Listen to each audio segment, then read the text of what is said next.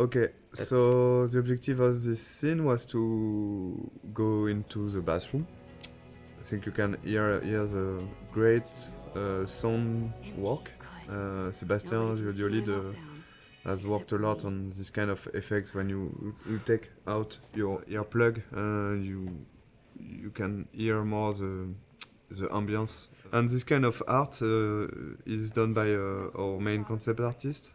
We got like 4 concept artists working on the game, with Edouard, who has made a lot of artwork. He was the one concept artist. So basically in the beginning we do a lot of documentation, like we do a lot of research.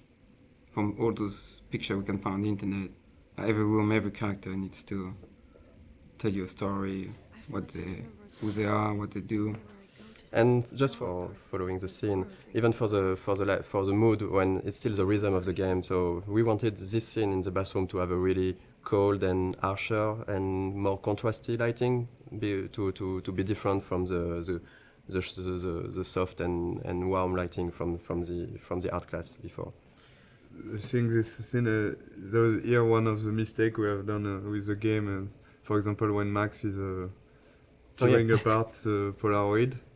In fact, I don't know if you have tried to tear apart a Polaroid, but it's quite impossible. Yeah, you can. We tried it. You can't do it. It's too strong. It's plastic, and it's impossible to tear it like she does. But of course, there is a lot of symbolic behind this, and so we decided to keep it, even if it's non-realistic.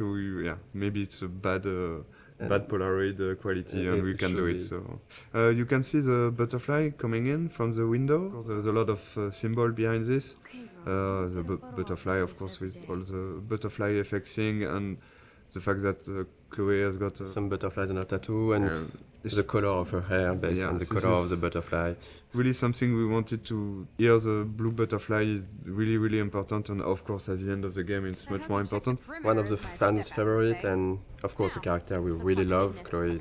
She's one of the most important characters, because at the end the choice is about her. It was really important to create this character the best way possible, so the player would learn to care more and more about her.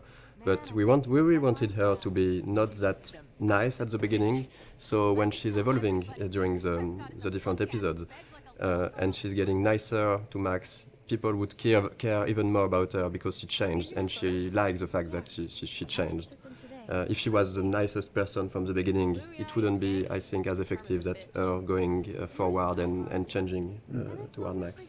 Sometimes some players hated Chloe during the first episode, and I think it's not a bad thing, because you can dislike a lot of things about her personality, and after in episode 3, and of course at the beginning of episode 4, there is really something more to this character, and I think it's like having in real life with a friend. There is always some things you don't like, and the relation between Max and Chloe talk about that, and I think it's really interesting to see how the player will learn to like more and more Chloe. And I think it was one of the biggest challenge of the writing process, because we have 5 episodes, we have a limited amount of time, and we need to find the good beats and the good pacing to make those characters evolve.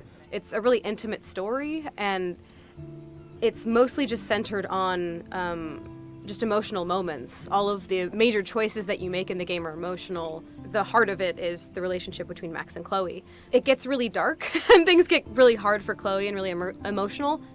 In the game, one of our goals was also to be able to talk about real-life issues, about some social themes and difficult themes that can be experienced in real life. I mean, it's different to other games where there are bigger issues like a situation of life or death or war or stuff like that. And in this game, we wanted really to focus on more human issues on a smaller level. The mood of the game and the themes of the game.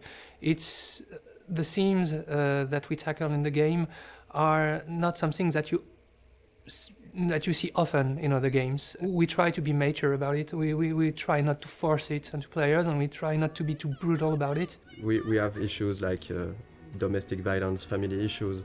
So talk about drugs, alcoholism, Unemployment, depression. It's really part of a reality, and I think it was really important for us to not avoid that. And I think it's a great video game is also a great media to talk about that, because as a player you will be involved maybe more than just looking at a movie or reading a book. You will be really part and actor of this experience. We were not sure that Square Enix, the publisher, would approve all the themes, the intense scenes we have, and how we deal with them. And really early in the discussions, we were relieved to see that they didn't want to change anything. They just wanted to make sure that we deal properly with the scenes or themes, and this is exactly what were our intentions. So. It's again a key scene for episode 1. It's the first time you see Nathan and Chloe. First scene with the character is really, really important. We got a lot of information to give to the player. And we needed to show that Nathan was quite a troubled child, a teenager, I mean. So this is him talking to himself at the beginning. We had to fine-tune and to find the good words to use. Then we see Chloe for the first time. We have to show what's her character, so she's direct and a bit pushy to Nathan. We need still to understand what's happening. So they're talking about money, about drugs. We had to find the right hints to give to explain things. So we don't want to lose the player.